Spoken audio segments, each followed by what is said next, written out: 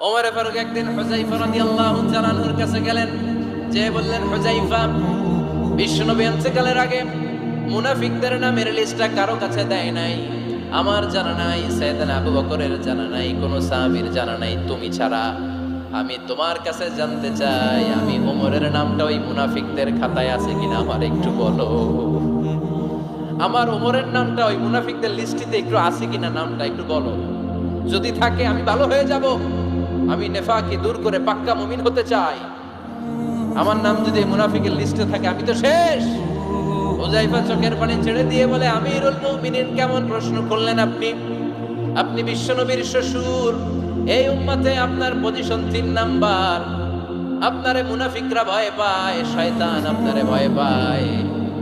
আপনি জান্নাতে সব বয়স্ক লোকদেরকে নিয়ে জান্নাতের মধ্যে আগে আগে ঢুকবেন, কেমন করে মুনাফিকদের কাতারে আপনার নাম থাকে।